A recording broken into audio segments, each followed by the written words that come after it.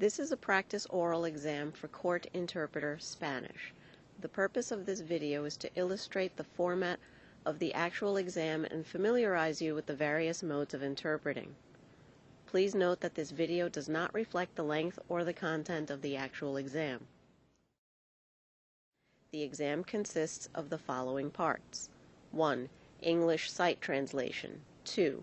Spanish sight translation. 3. Consecutive question and answer. 4. One voice simultaneous English to Spanish. 5.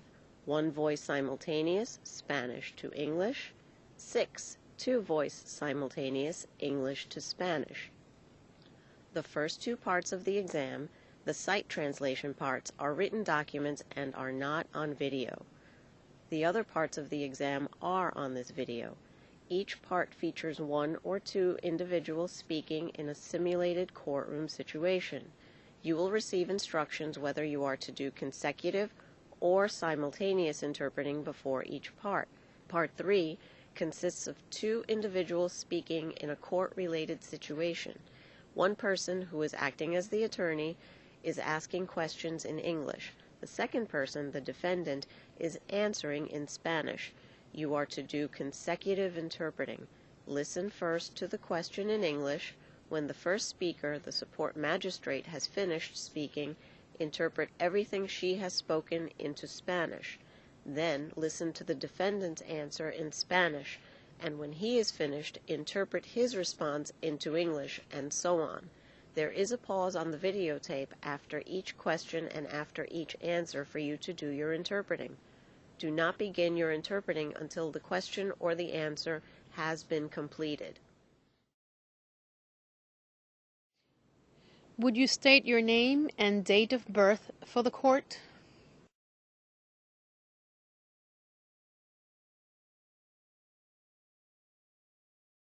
Mi nombre es Francisco Velasco Ortega y nací el 22 del mes 8 del 1979.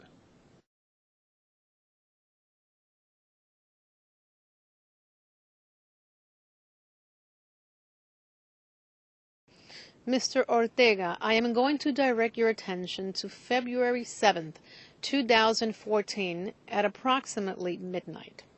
At that time, were you at a residence located at 6 Winston Street in Quiroga?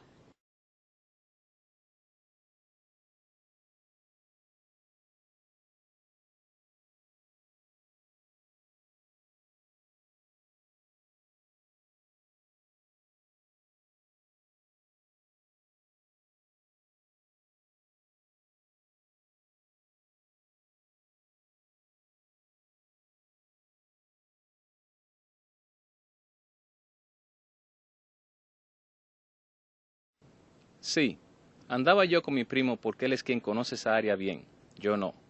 Como soy recién llegado a mi país, me toca andar con él.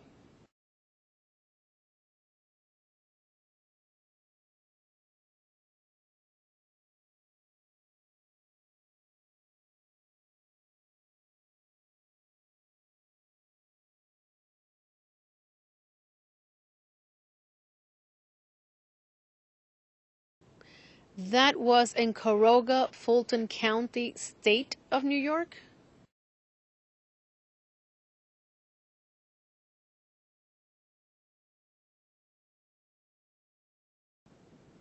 Supongo que sí. La verdad es que no sé nada de eso, como acabo de explicar.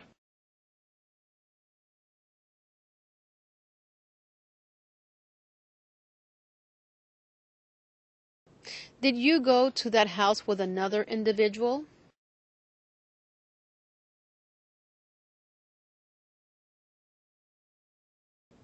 Señora, acabo de decir que yo andaba con mi primo. Él se llama Luis Antonio Villalba. Es mi primo porque la mamá de él es hermana de la mía.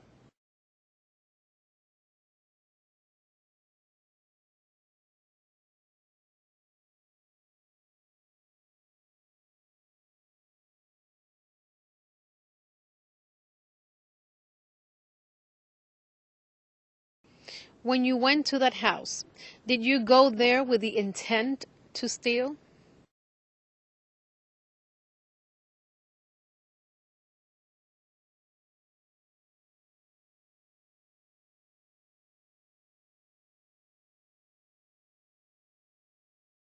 Pues la verdad es que yo no sabía que Luis iba a esa casa con esa intención. Andábamos juntos en el carro porque él me busca del trabajo y me dijo que antes de ir a la casa quería hacer una diligencia, no más.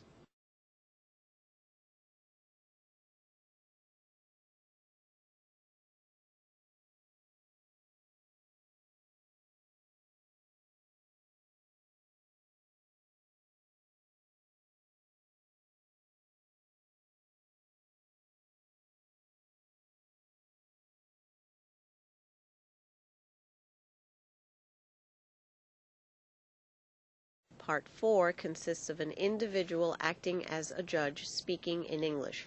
You are to interpret everything spoken in English into Spanish. You are to do simultaneous interpreting. There are no pauses.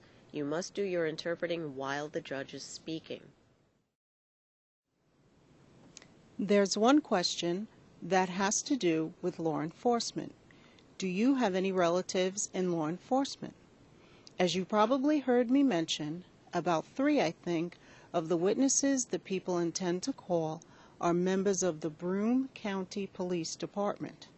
If your father and your brother and your sister are all members of the police department, that might raise a question about whether you can judge a police officer with the same standard you would apply to a civilian. In other words, they'll come in here in uniform and you will think whatever he says goes.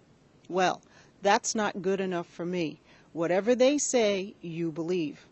We have to have your commitment that you will judge the credibility of a police officer by the same standard you would apply to anyone. You know, they're human beings, and that's why we have to get through or past the uniform. To have your commitment that you will not give their testimony more weight simply because of the uniform they come in with.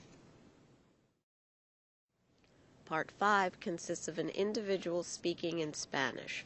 You are to interpret everything spoken into English. You are to do simultaneous interpreting. There will be no pauses. You must do your interpreting while the person is speaking. El papá de mi hija me insultó y me empujó. Cuando vino a buscarla el domingo 15 de agosto del 2015, me dijo que soy un inútil, ignorante, una cualquiera, y me amenazó en sacar a la niña del estado si no regreso con él. Traté de marcarle al 911, pero entonces él me quitó el celular de las manos y lo tiró contra la pared mientras me gritaba y me golpeaba. La niña empezó a llorar, toda desesperada, y le decía, no le pegues a mami. Tengo miedo por mi seguridad y la de mi hija. Tengo mucho miedo de que él me la quite y de que siga maltratándome. Este incidente ocurrió en mi domicilio localizado en el 23 Union Street, apartamento 25C en Brooklyn. Part 6 consists of 2 individuals speaking in English in a courtroom situation. You are to interpret everything spoken into Spanish. In this part, there may be some brief pauses. However, you are to do simultaneous interpreting. That is, interpret while each person is speaking. Detective, can you tell me what People's Exhibit number 3 is? People's Exhibit number 3 is a photograph of the house located at 457 Ridgeview Drive where the burglary took place.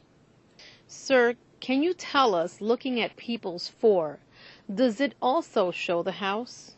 Yes, and it shows a close-up of the open window located on the left side of the house facing front. Detective, was this window checked for fingerprints, if you know?